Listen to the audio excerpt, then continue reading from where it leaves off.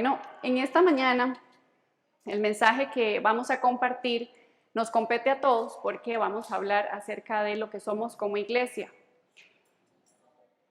Nosotros, pues yo creo que todos tenemos una noción y desde pequeños probablemente todos tenemos una noción de qué es la iglesia, ¿verdad? O algunos tal vez piensan que la iglesia es un edificio, algunos tal vez piensan que se refiere a una denominación en particular.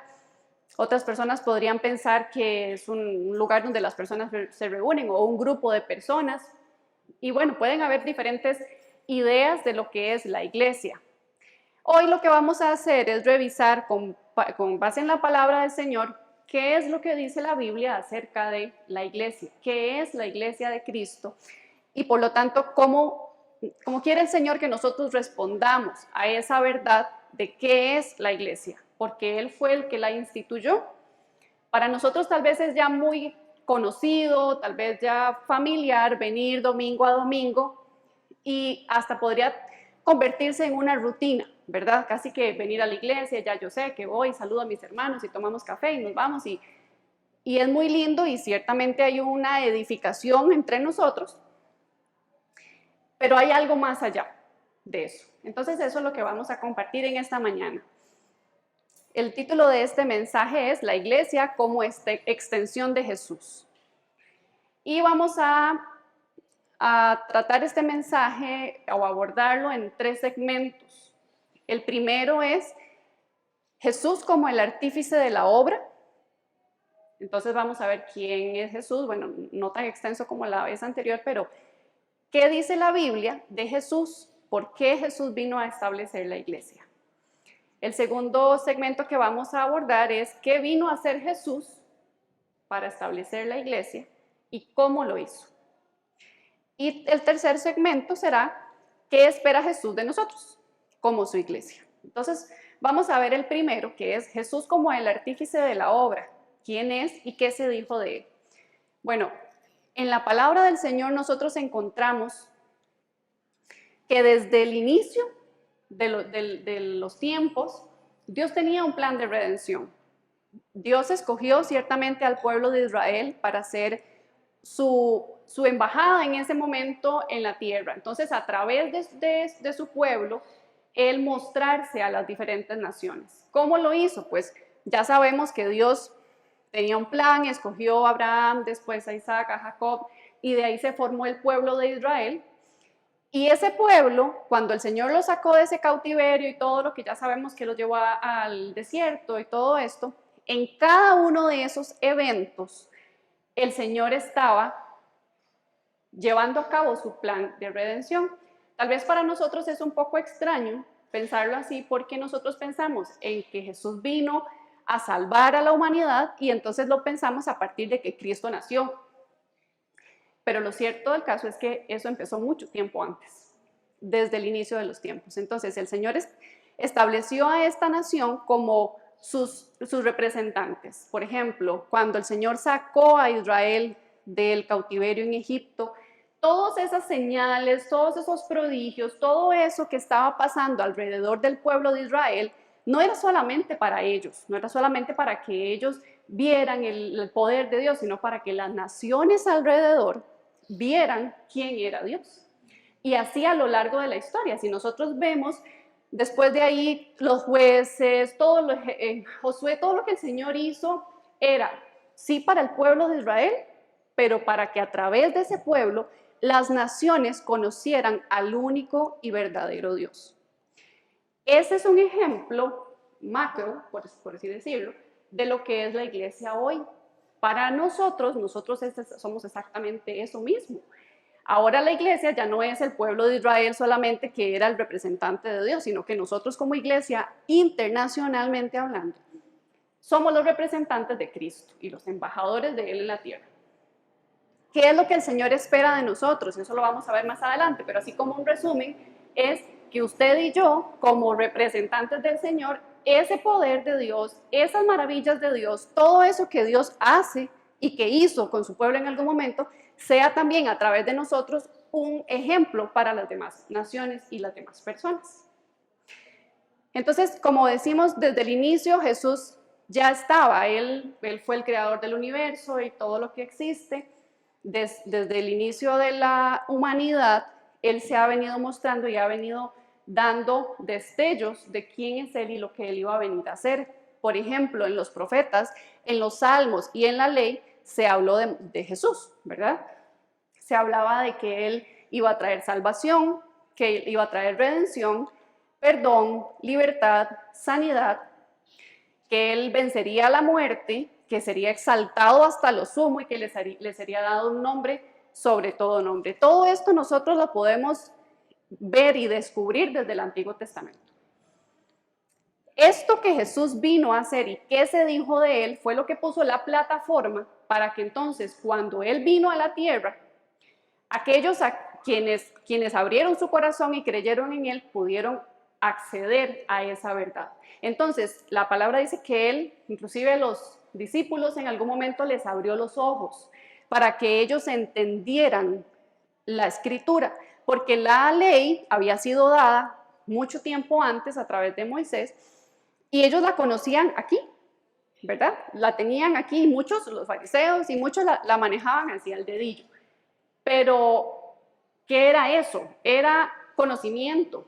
Y cuando el Señor vino a cumplir todo lo que se había hablado de Él en el Antiguo Testamento, Él vino a establecer aquí un reino que no es de esta tierra.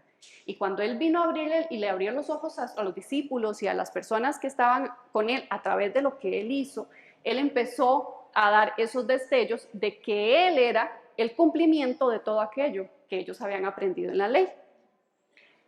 Entonces, vamos al segundo segmento.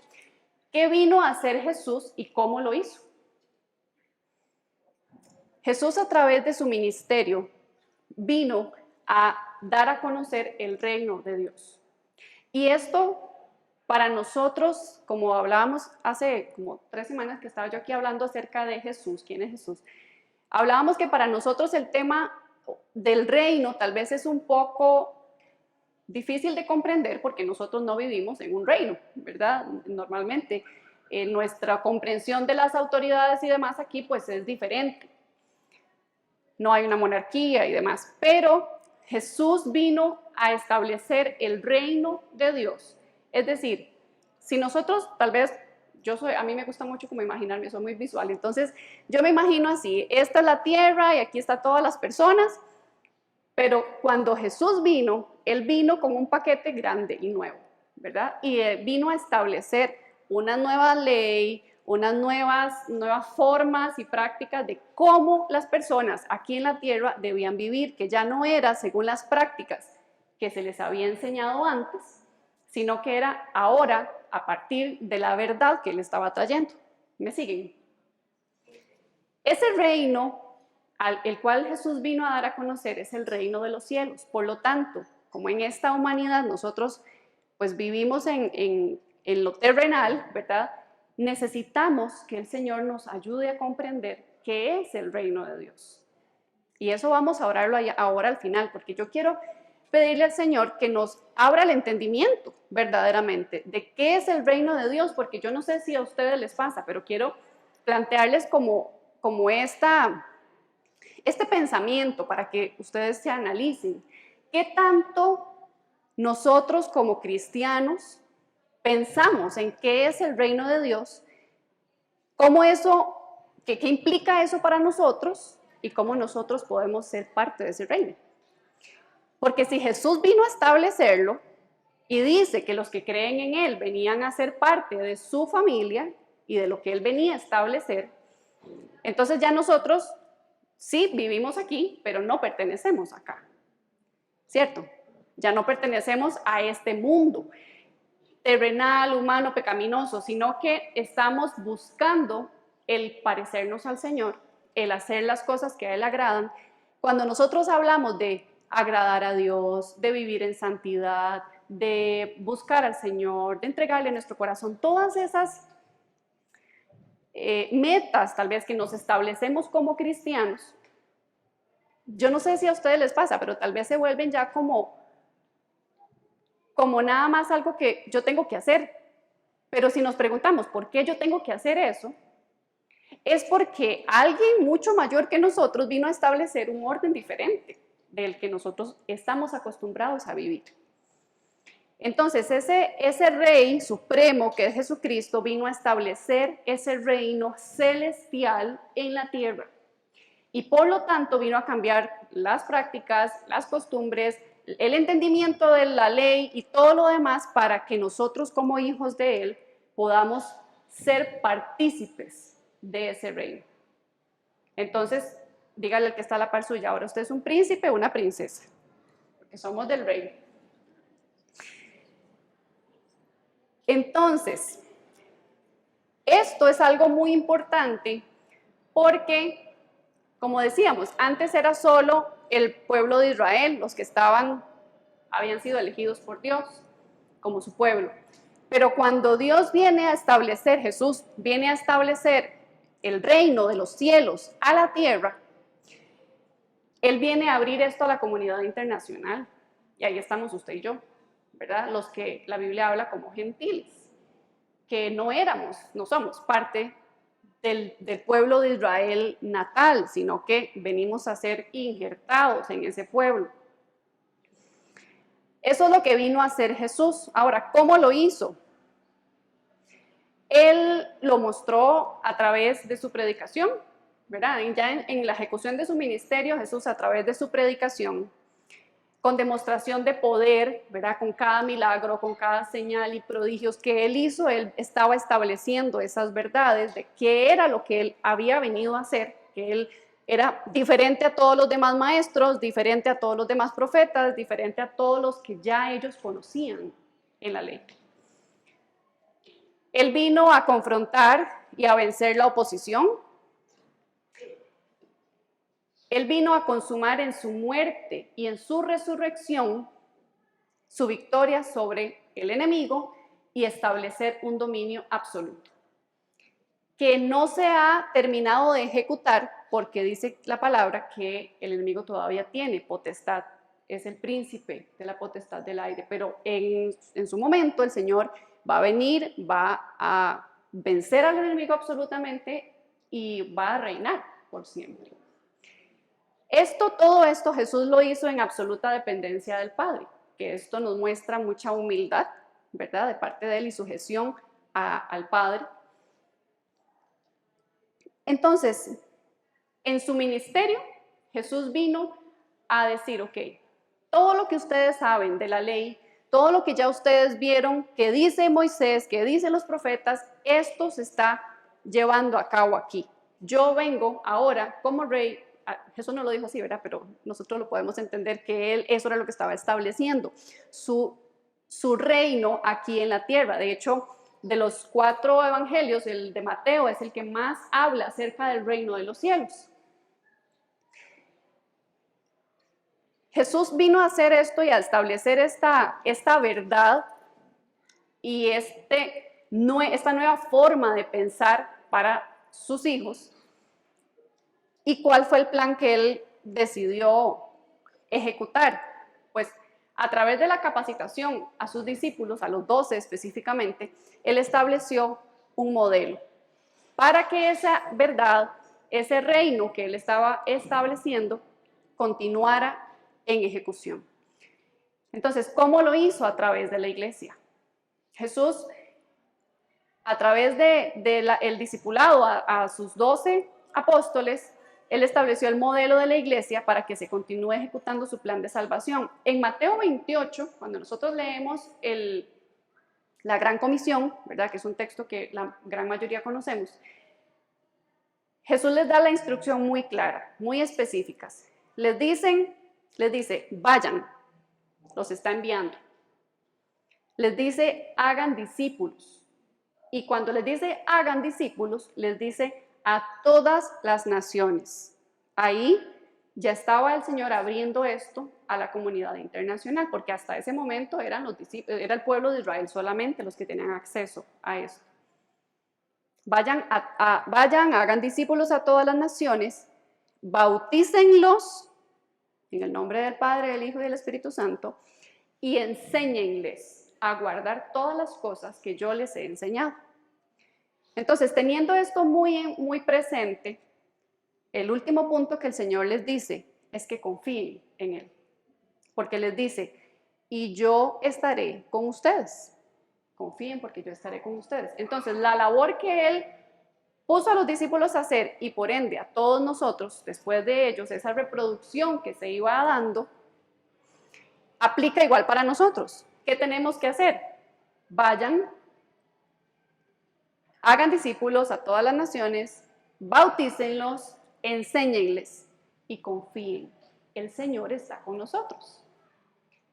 Ahora, nosotros podemos pensar, bueno, sí, el Señor está con nosotros y nosotros aquí estamos en la iglesia llevando el mensaje de salvación y estamos haciendo una labor que nos corresponde a todos aquí hacer. Ok, ¿qué más puedo hacer yo? ¿O será que a mí me toca hacer algo más? ¿Verdad? O tal vez ya yo estoy bien como estoy. Vamos a ver un poquito lo que el Señor les dijo a sus discípulos.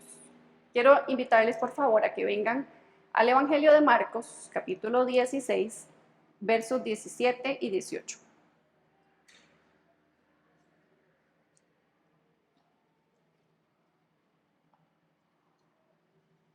El Evangelio de Marcos, capítulo 16.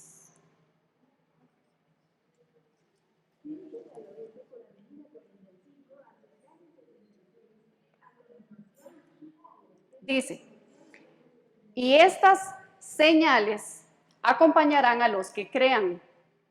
En mi nombre expulsarán demonios, hablarán nuevas lenguas, tomarán en sus manos serpientes y si beben algo venenoso no les hará daño. Además, pondrán sus manos sobre los enfermos y estos sanarán. ¿Qué les estaba diciendo Jesús aquí? Jesús les estaba hablando de señales. Es decir, se iba a notar algo que ellos iban a hacer, ¿verdad? Una señal no es algo que se esconde, lo mismo que el Señor les dijo, una luz no se esconde, ¿verdad? Tiene que verse. Estas señales seguirán a los que crean. Ya el Señor las estaba haciendo, ya el Señor les estaba enseñando a ellos qué era lo que Él había venido a establecer aquí. ¿Qué vino a hacer Cristo? El Señor en su ministerio terrenal, si recordamos lo que dice en su palabra, Él vino a sanar a los enfermos, a libertar a los cautivos, a resucitar, bueno, a Lázaro lo resucitó y a otras personas también. Vino a establecer esa verdad, ese reino, ese poder de Dios ejecutado a través de Él, que es Dios mismo. Y Él les dice a los discípulos que esas señales los iban a seguir a ellos también. Ahora, cuando habla de estas señales y hablamos de expulsar demonios, hablar nuevas lenguas y sanar enfermos, estas señales son evidencias de la presencia de Dios y del poder de Dios actuando a través de los hijos de Dios. Ya no pensemos solamente en los apóstoles, sino hablemos de la iglesia, porque esto aplica también para nosotros. Estas señales acompañarán a los que creen. El poder de Dios actuando a través de aquellos que tenemos fe en Jesús. Cuando habla de que tomarán en sus manos serpientes y si beben algo mortífero que no les hará daño, estos son acciones simbólicas que lo que representan es la protección de Dios para sus hijos. La Biblia tiene diferentes géneros literarios en los cuales se escribió y es importante entender esto porque no podemos traducir todo literal, ¿verdad? Porque no vamos a ir ahí a agarrar una serpiente venenosa y decir, es que el Señor me va a guardar, porque no podemos tentar al Señor nuestro Dios, ¿verdad? Necesitamos comprender que hay partes en las que la palabra es simbólica y esto lo que representa es una protección de Dios hacia nosotros, que cuando vayamos a hacer esas señales, cuando vayamos a llevar el reino de Dios, cuando vayamos a ejecutar lo que el Señor nos manda a nosotros hacer, podemos ir confiados, porque entonces Jesús les dijo en Mateo 28, 16, confíen porque yo estaré con ustedes todos los días hasta el fin del mundo. Amén.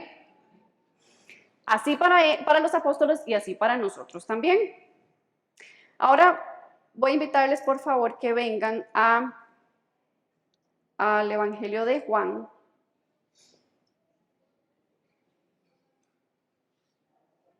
Perdón que se me fue un segundito. El Evangelio de Juan, capítulo, si no me equivoco es el 14, ya les digo.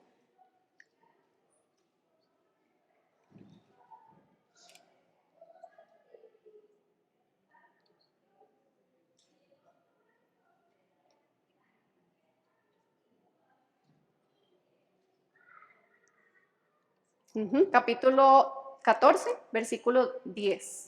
Vamos a leer del 10 al 14. El Evangelio de Juan. Aquí Jesús estaba hablando con sus discípulos y les estaba hablando de que Él es el camino al Padre. Y es este texto muy famoso que Jesús les dice: yo soy el camino, la verdad y la vida, y nadie viene al Padre si no es por mí. Él estaba teniendo una conversación con sus discípulos en ese momento. Vamos a devolvernos un poquito y a empezar en el 8 para que comprendamos un poquito más el contexto. Señor, dijo Felipe, muéstranos al Padre y con esto nos basta. Jesús le contestó, pero Felipe, yo me lo imagino así como, pero Felipe, o sea, tanto tiempo que llevo ya entre ustedes y todavía no me conoces, ¿verdad? Es como cuando mi hijo me dice, mami, tal cosa, y tal vez ya yo se lo he dicho como 15 veces, ¿verdad? Pero Felipe, tanto tiempo ya llevo entre ustedes y todavía no me conoces. El que me ha visto a mí, ha visto al Padre, dijo Jesús. ¿Cómo puedes decirme, muéstranos al Padre? ¿Acaso no crees que yo estoy en el Padre y que el Padre está en mí? Las palabras que yo les comunico no las hablo como cosa mía, sino que es el Padre el que está en mí quien realiza sus obras. Vean qué interesante, porque él está hablando de palabras y después lo pasa a obras. Es decir, las palabras que Jesús hablaba en ese momento en autoridad, levántate y anda, sé sano, y todo lo que el Señor hacía era porque Él y el Padre son uno, y estaban en esa íntima comunión, y lo que Jesús hablaba con esa autoridad se ejecutaba inmediatamente, porque la autoridad es Él. Entonces, le dice lo que le dice a Felipe: las palabras que yo comunico no las comunico como cosa mía, sino que el Padre que está en mí realiza sus obras. Créanme cuando yo digo que yo voy al Padre y que el Padre está en mí, o al menos créanme por mis obras, le dijo Jesús, o al menos créanme por mis obras. Es decir, ustedes lo están viendo. Si están viendo, crean que el Padre está en mí y yo en él. Pero recordemos que esto era a sus discípulos, ¿verdad? Porque a las demás personas Jesús les hablaba de otra manera, Él les enseñaba de otras formas. Entonces dice el versículo 12, les aseguro que el que cree en mí también hará las obras que yo hago. Vean qué importante esto. Les aseguro que el que cree en mí también hará las obras que yo hago y aún las hará mayores porque yo vuelvo al Padre. Cualquier cosa que ustedes pidan en mi nombre, yo la haré. Así será glorificado el Padre en el Hijo. Lo que pidan en mi nombre, yo lo haré. Ahora, ¿qué quiso decir Jesús con que el que cree en mí? El versículo clave que es el 12. El que cree en mí hará las obras que yo hago y aún las hará mayores. ¿A qué se refiere Jesús con eso? ¿Será que nosotros vamos a hacer cosas más poderosas que las que Él hizo, siendo Dios? No, lo que esto representa, lo que eso significa es que a través de los discípulos y de la extensión de sus discípulos a la comunidad internacional, el alcance que nosotros como su iglesia vamos a tener en las obras que Él nos enseñó a hacer iba a ser mayor. Porque el alcance que Jesús tuvo a un grupo era a ese grupo, pero a través de ese grupo a la comunidad internacional iba a ser mayor el alcance. Entonces, lo que el Señor les está diciendo a sus discípulos es: crean que, dice, les aseguro que el que cree en mí hará las obras que yo hago y aún las hará mayores. ¿Quién cree aquí que el Señor puede hacer obras como las que Él hizo a través de nosotros? Para la gloria del Señor, yo les puedo decir que nosotros hemos visto en años de caminar con el Señor y de nuevo por su misericordia, al Señor hacer muchas cosas. Y no les puedo decir que lo hacemos así, con la precisión con la que Jesús lo hacía, porque es imposible, sería mentir. Y la gloria siempre es para el Señor, pero hemos visto gente ser libre de opresiones demoníacas, hemos visto a gente ser sanada, hemos visto matrimonios ser restaurados, hemos visto maravillas, señales y prodigios. ¿Por qué somos muy cargas? No, porque tenemos al Espíritu Santo y ustedes también lo tienen. Aquí nosotros estamos siendo capacitados y enseñados para que entonces todo lo que el Señor nos enseñó y todo lo que tenemos en su palabra sea un rema en nosotros y vayamos afuera a hacer lo que el Señor nos enseñó a hacer. Eso es ser iglesia. Ahorita vamos a ver un poquito más qué es ser iglesia, porque hay otras cosas también. Pero vean qué importante, dice que la clave es creer. Dice, les aseguro que si creen, la fe, entonces ese alcance va a ser mucho mayor a través de aquellos que se disponen y que quieren hacer lo que el Señor nos mandó a hacer. Entonces, estando Jesús en su ministerio terrenal, pues él contaba, ya sabemos, con el respaldo absoluto del Padre. Lo que Jesús hacía, se ejecutaba. Y yo lo veo así. Yo, como les digo, soy muy gráfica. Entonces, yo lo veo así. Aquí está el Padre y Jesús estaba aquí en la tierra llevando a cabo su ministerio. Pero cuando Jesús les dijo, yo voy al Padre y lo que yo les enseñé a hacer, ahora les toca a ustedes hacerlo, entonces quiere decir que si Jesús hablaba con autoridad aquí, el Padre ejecutaba, ahora Jesús va al Padre y nosotros somos los que quedamos aquí. Entonces, con esa autoridad que el Señor nos dio, porque la palabra dice que Él nos dio autoridad, con esa autoridad, ahora que Jesús está en el Padre, Él hace que lo que usted y yo hagamos aquí en la tierra, conforme a su voluntad, lo que pidamos al Padre en el nombre de Jesús, conforme a su voluntad, Él lo hace. Esto es para los pastores, no solamente, esto es para la iglesia. Esto es para usted y para mí, para todo aquel que cree. ¿Quién decide creer ahora un poco más en que el Señor puede hacer cosas mayores? Yo quiero eso, hermanos, y se los digo de corazón. Yo le digo al Señor, Señor, yo no quiero que seamos una iglesia conformista, de que nos reunamos nada más y que sintamos bonito y nos abracemos y cantemos muy lindo y ya. Yo quiero y le pido al Señor en el nombre de Jesús que seamos una iglesia de poder, una iglesia que muestre el poder de Dios, una iglesia que camine, sí, en los dones, sí, en todo esto, pero con el respaldo del Espíritu Santo. ¿Y cómo se logra eso? Ahí llegó el punto que no a todos les gusta. Doblando rodillas en oración, hermanos. Porque el poder de Dios se evidencia en aquellos que están en uno con el Padre. Así, en una sincronía con el Espíritu Santo, que usted diga, yo sé aquí en mi espíritu lo que el Señor me está mandando a hacer, lo que el Señor me está hablando a una persona. Dígale, Señor, preséntame los casos para evangelizar. ¿Quién ora si no levanta la mano? ¿Quién ora para que el Señor les presente personas para evangelizar? Yo tengo un tiempo de estarlo haciendo, porque bueno, ya no salgo a una oficina a trabajar, entonces mi círculo se ha reducido bastante. Digamos que ustedes son mi círculo y mi familia. Pero yo le he estado orando al Señor hace un tiempo para acá y verán que el Señor ha hecho cosas interesantes y me ha presentado personas para compartirles el evangelio. Y hay múltiples formas de hacerlo. Ahora vamos a hablar un poquito de eso, pero yo he visto al Señor presentándome personas para que yo les comparta el evangelio. Y entonces yo digo, bueno, esa es una oración que de fijo es la voluntad de Dios, porque no va a ser el diablo que le ponga a uno ahí como una espinita de pídale al Señor que le enseñe a quién evangelizar, ¿verdad? Es una oración que va conforme a la voluntad de Dios y entonces el Señor la respalda.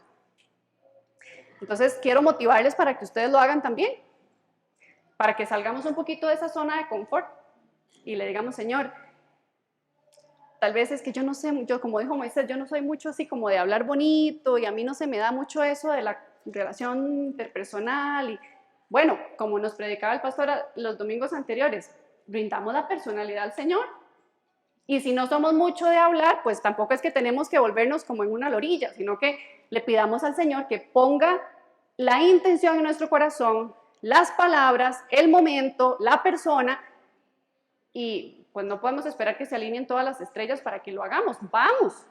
El Señor le dijo a los discípulos, vayan, vayan, hagan discípulos. Entonces, si usted ora y usted es proactivo, el Señor lo respalda. ¿Qué pasó cuando el Señor les prometió a los discípulos que vendría lo del Pentecostés? ¿Qué pasó ahí? El relato que tal vez me gustó, que se acerca un poco más a lo que quiero mostrar con esto, está ya en Hechos, en el libro de los Hechos, cuando Lucas le está contando a Teófilo lo que había pasado y cómo él relató todo en su primera carta, que fue el Evangelio. Todo lo que Jesús había hecho, en el libro de los Hechos, él viene a contar cómo Jesús continuó haciendo. De hecho, se llama Hechos de los Apóstoles, pero en realidad es que son los hechos de Jesús a través de los apóstoles y de la iglesia, porque fue lo que Jesús continuó haciendo a través del Espíritu Santo que les había dado.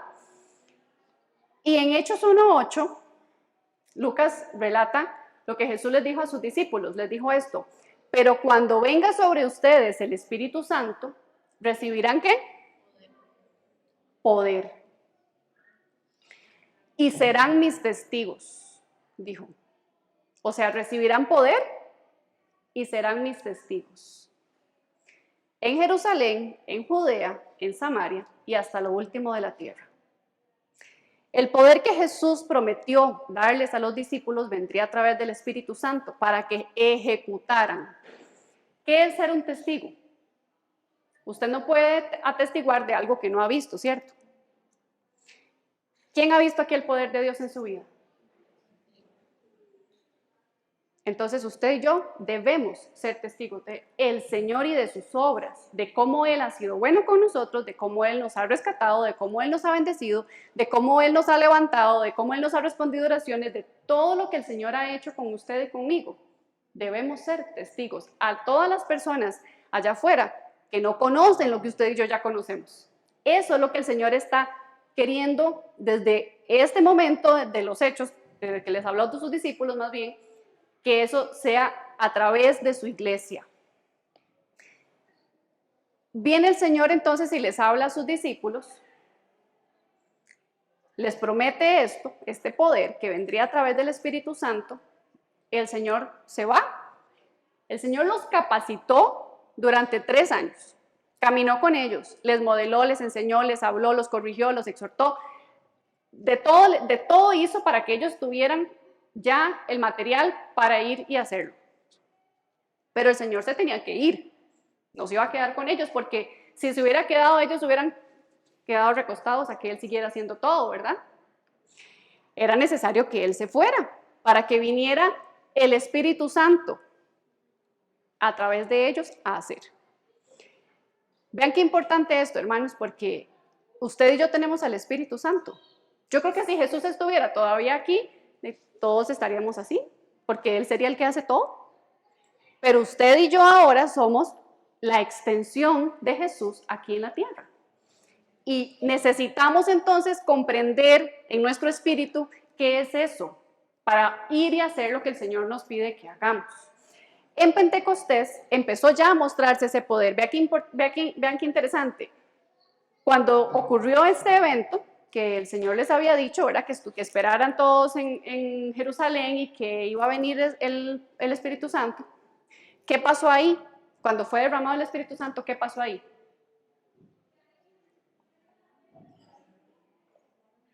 Empezaron a hablar en lenguas, en unas lenguas que los que estaban alrededor, unos creyeron y otros se burlaban diciendo que estaban ebrios, porque vino esa manifestación que Jesús les había dicho, y hablarán nuevas lenguas, les había dicho Jesús.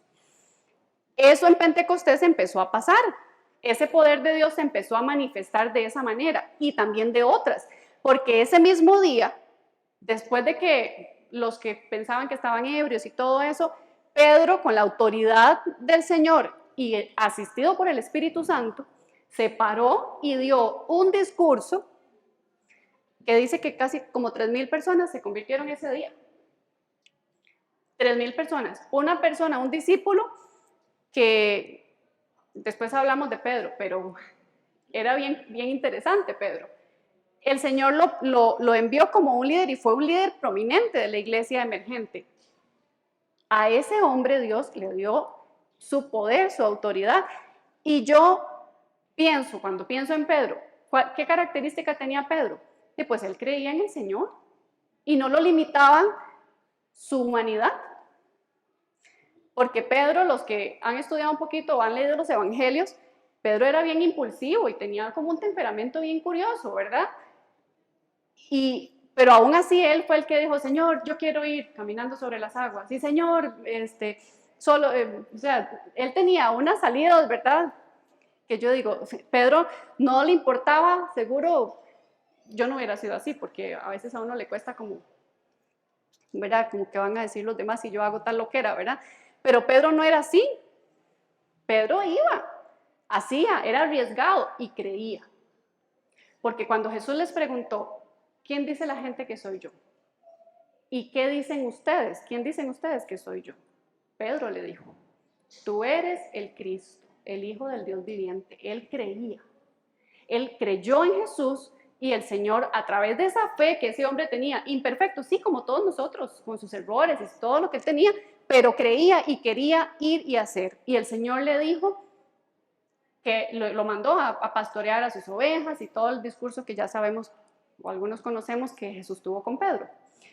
Este hombre se paró ese día lleno del Espíritu Santo en Pentecostés, dio un discurso y casi 3,000 personas se convirtieron ese día. ¿Qué pasó después? Dice la palabra en Hechos 3. Después de eso, dice que iba caminando un día con Juan y había un hombre que tenía 40 años de vida y desde que quién sabe qué edad lo ponían ahí para que pidiera limosnas. Y pasaron estos hombres y el hombre estaba esperando que le dieran limosna, pero Pedro le dijo, no tengo ni oro ni plata, pero lo que tengo te doy. En el nombre de Jesús de Nazaret, levántate y anda. ¿Qué era lo que Pedro tenía? Poder de Dios, al Espíritu Santo y fe. Fe caracterizaba a este hombre.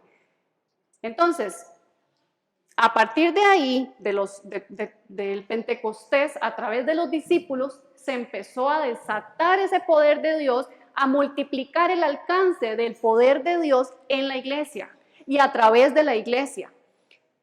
Ya después, bueno, Pedro siguió haciendo muchas cosas, que hasta dice que sacaban a los enfermos en camillas y todo, para que aunque fuera la sombra de Pedro lo sanara. Después, este hombre Felipe también, Dios lo usó mucho, a Pablo también Dios lo usó mucho, y bueno, tenemos muchos referentes más en el Nuevo Testamento de personas que fueron usadas por Dios de una manera impresionante para establecer el reino de Dios y ser esa extensión de Jesús en la tierra. Pero ya todo eso pasó y ahora estamos nosotros aquí en escena. Y aquí hay personas con diferentes características, con diferentes personalidades, con diferentes dones, talentos, y todo lo que usted y yo tenemos, el Señor lo puede usar. Nosotros nada más necesitamos rendir al Señor. Señor, aquí está, aquí estoy yo, aquí está mi personalidad, moldéeme conforme a su perfecta voluntad para que entonces yo sea útil para su reino. Y el Señor usa, porque no tenemos que ser todos como Pedro, no tenemos que ser todos como Pablo. Cada uno en su particularidad el Señor nos puede usar y esa es la diversidad hermosa de la iglesia, que no necesitamos todos predicar igual que el pastor o todos alabar igual que Luis, que cada uno a su manera se deje usar por el Señor. Aquí vamos entrando entonces al segmento número 3, que es ¿qué espera Jesús de su iglesia? El Señor quiere que nosotros, como hablábamos, seamos testigos de su poder, portadores de su presencia. Ay, eso suena tan bonito, ¿verdad? Suena muy bonito. Y la realidad es que usted y yo podemos ser portadores de su presencia. Si buscamos al Señor en oración, si estamos en su secreto, si consultamos al Espíritu Santo lo que Él quiere que nosotros seamos, hagamos, digamos, pensemos, caminemos, porque entonces así estamos mostrando a Cristo. Entonces decíamos que el Señor quiere que seamos sus testigos y portadores de su presencia para llevar su mensaje a todo aquel que lo necesita. Porque el mensaje que nosotros debemos predicar es el de Cristo. Lamentablemente hoy hay muchas personas que se centran en sí mismas, ¿verdad? Y de hecho, ahora mientras estábamos en la alabanza, yo pensaba en esto, y yo decía,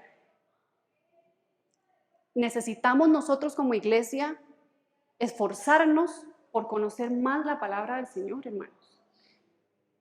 ¿Para qué? Para que esa verdad, Cristo mismo, que es la palabra, se incorpore en nosotros y ese sea el material con el cual usted y yo podamos predicar, podamos salir de allá a evangelizar, podamos hablarle a otras personas.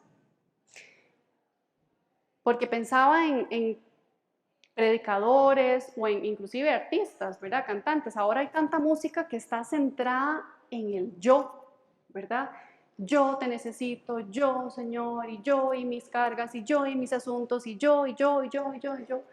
O las prédicas tal vez, ¿verdad? Como usted puede, vamos para acá, y el Señor está con usted. Y sí, son verdades. Pero el mensaje de Cristo completo es lo que transforma a una persona. Y es lo que hace que esa persona realmente comprenda quién es y por qué está aquí. Porque es cierto, nosotros venimos a la iglesia y aquí, gracias a Dios, nos llevamos súper bien, somos como una gran familia, nos amamos, todos somos muy lindos. Recibimos apoyo unos de los otros, oramos los unos de los otros. Yo soy testimonio de que la oración de ustedes como iglesia nos ha fortalecido muchísimo. Compartimos con personas afines, ¿verdad? Porque a veces ya uno dice, pero es que ya mi círculo de amigos no sé, como que ya no siento que no encajo allá, no encajo allá, no encajo allá. Entonces aquí encontramos como un grupo de personas afines, ¿verdad? En pensamiento y en que buscamos al Señor y todo eso. También obviamente lo hacemos porque la palabra dice que hay que congregarse. Y todo eso es muy bueno. Sin embargo, el objetivo primordial de nosotros como iglesia, de Cristo, no de Gustavo ni Raquel, de Cristo. El objetivo primordial de nosotros como iglesia es extender el reino de los cielos. Es que seamos esa extensión de Jesús. Entonces, todo lo anterior muy lindo, nos abrazamos, nos amamos, nos oramos unos por otros y esa dinámica muy linda, encontramos un grupo social y todo lo demás, pero además de eso necesitamos tener esa conciencia de que usted y yo tenemos que ser luz y sal allá afuera. Tenemos que ser ese ente que lleva el poder de Dios a todo aquel que no lo conoce y que lo necesita. Personas que están enfermas, no solamente físicamente, personas enfermas en su alma, mentalmente, porque no conocen al libertador, aquel que les puede rescatar de esa condición. Hay personas que están a punto de suicidarse porque ni siquiera entienden dónde están. Y usted y yo sabemos quién es el autor de la vida. Cuando entonces nosotros le permitimos al Señor instruirnos en esto, vamos a ser un poquito más conscientes de nuestra labor fuera de estas paredes, de nuestra labor de llevar el mensaje de la salvación a todo aquel que lo necesita. Y podemos empezar por lo poquito. Podemos empezar diciéndole, Señor, ¿cómo puedo hacerlo yo? Ayúdeme, enséñeme. Hay personas que tal vez, y es válido, que tal vez digan, es que yo no conozco mucho de la Biblia, entonces ¿cómo voy a ir a hablar? ¿Verdad? ¿O cómo les voy a decir? Yo no sé mucho. Pues déjeme decirle que el Espíritu Santo, si usted está en Cristo y usted cree, el Espíritu Santo está en usted. Y con lo que ya el Señor ha hecho en usted, ya tiene material para hablar. Y para decirle a las personas, yo conozco un Dios que sí es bueno, que sí restaura, que sí levanta, que sí sostiene, que yo estaba pasando por esta situación y me ayudó y le invito a la iglesia. O se apoya en las personas del cuerpo que tal vez tienen un poquito más de tiempo y le pueden ayudar en esa labor. Para ir cerrando, vamos a ver las responsabilidades que tenemos nosotros como iglesia. Ahí tenemos responsabilidades a lo interno y hacia afuera también. Entonces, a lo interno, los que llevaron o están llevando el discipulado, saben que es uno de los temas que abordamos, cuáles son algunos de los objetivos como iglesia. Nosotros aquí fomentamos el compromiso y el crecimiento del creyente. Eso es algo que la iglesia debe proveer para sus miembros. El compromiso y el crecimiento del creyente. Instruir en doctrina sana. Esto es algo, una responsabilidad de la iglesia a lo interno. ¿Por qué? Porque hay muchas falsas doctrinas, porque hay sectas allá afuera que pueden confundir a las personas, y aquí se les enseña la palabra del Señor para que tengan bases sólidas para saber quién es el Señor y defender su fe. También, como parte de las responsabilidades de nosotros como iglesia a lo interno, es aportar un contexto para el desarrollo del carácter cristiano. Aquí entran los dones, ¿verdad? Cómo nosotros podemos poner al servicio del Señor y de los hermanos los dones espirituales. Aquí entra también la parte del fruto del Espíritu, que es tan bonito, ¿verdad? El amor, el gozo, la paciencia, la benignidad, la bondad, todo eso. Aquí a lo interno es un espacio para que eso se desarrolle. Y los oficios ministeriales, porque todos aquí, los que ya estamos sirviendo, sabemos que el Señor nos ha dado también dones, talentos para que desarrollemos un oficio o un ministerio, y los que no, pues estamos orando para que el Señor también los ayude a ver si quiere que se ubiquen en algún servicio.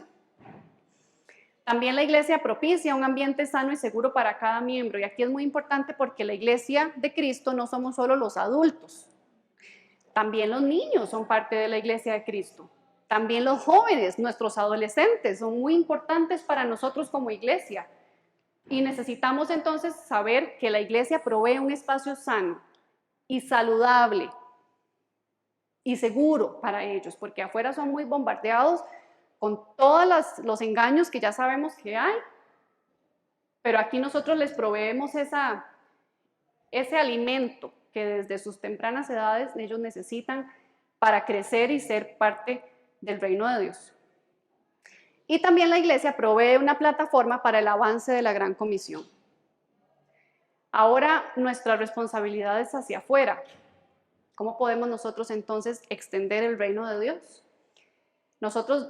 Nuestras responsabilidades son extender el reino de Dios siendo un referente para la sociedad.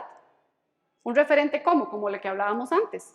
Ese poder de Dios, esas virtudes que el Señor nos ha dado a cada uno de nosotros, esas manifestaciones del Espíritu Santo reales en cada uno de nosotros, tienen que ser un referente para que las personas que no conozcan a Cristo digan, bueno, es que yo veo algo diferente en Yumín Valeria, yo veo algo diferente en Paula, yo sé que algo diferente está pasando en Andrés, que yo veo como que ya no es igual que antes.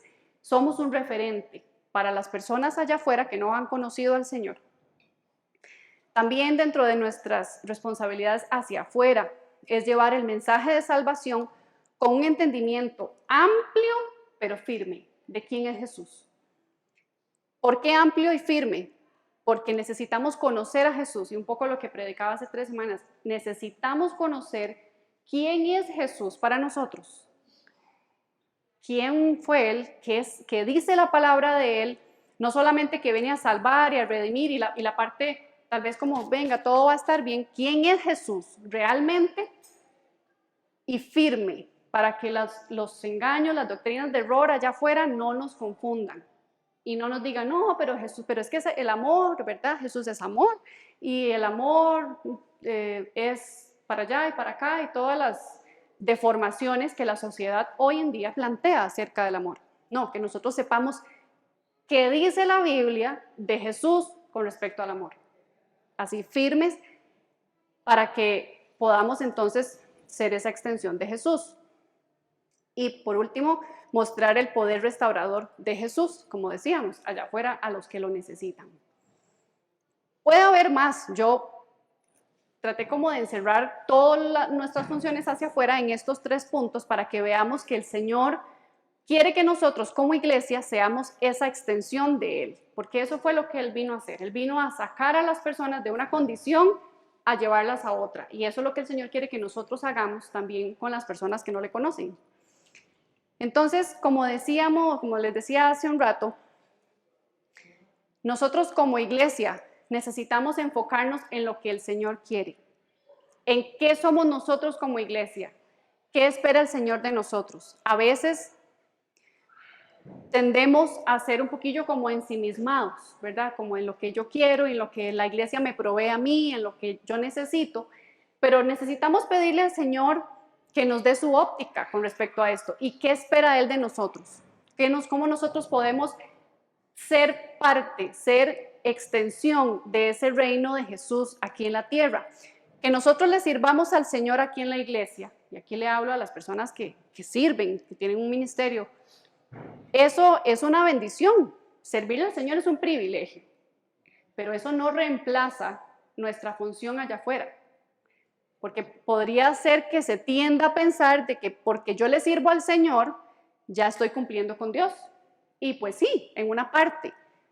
No es por cumplir, es por agradecimiento, empezando por ahí. Pero podría tenderse a pensar que por servir al Señor ya estamos bien. Pero el Señor, si recordamos, lo que Él les pidió a sus discípulos es que la gran comisión se lleve a cabo. Y como iglesia, nosotros estamos trabajando en eso, para que la gran comisión se lleve a cabo. Y sí, como iglesia aquí contribuimos en que la alabanza, en que la intercesión, en que los niños, todo lo que hacemos para el Señor acá, para que la iglesia sea un lugar en el cual se exporte la palabra del Señor. Pero también usted y yo, a título individual, personal, seamos esa extensión de Cristo, que no nos esperemos que sean solo los pastores o que solo el grupo de evangelismo los responsables de llevar el mensaje, sino que nosotros también. Y recordemos que Jesús tuvo oposición, los apóstoles tuvieron oposición, el enemigo se levanta, sí, se opone, quiere distraernos, bueno, lo que ya sabemos que hace. Pero el poder de Dios que nos fue dado y que tenemos a través del Espíritu Santo es mucho mayor que cualquier estorbo del enemigo, mucho mayor que cualquier artimaña del diablo que quiera levantar. Si usted y yo estamos caminando en santidad delante del Señor y le decimos, Padre, aquí está mi vida, yo te pido que me enseñes, que me lleves, que me ayudes. Si la palabra del Señor dice que confíen, que Él está con nosotros, entonces no nos debe asustar con ninguna artimaña del diablo que quiera ahí levantarse. Y Pablo iba ahí en la barca y cuando llegaron una serpiente le mordió la mano y todo el mundo decía, ya se va a morir, y ese era el que dice que el siervo de Dios. Pablo hizo así y siguió. Y después más bien creían que era un Dios, ¿verdad? Porque la serpiente no le había hecho nada. Pero no era un Dios, era el poder de Dios a través de este hombre. Entonces, ¿que el enemigo se levanta? Sí, pero el poder de Dios es más grande. Y usted y yo tenemos ese poder de Dios a través del Espíritu Santo. Para que esa capacitación, ese conocimiento de la palabra nos lleve a nosotros a enfocarnos en lo que el Señor quiere. ¿Quién dice amén?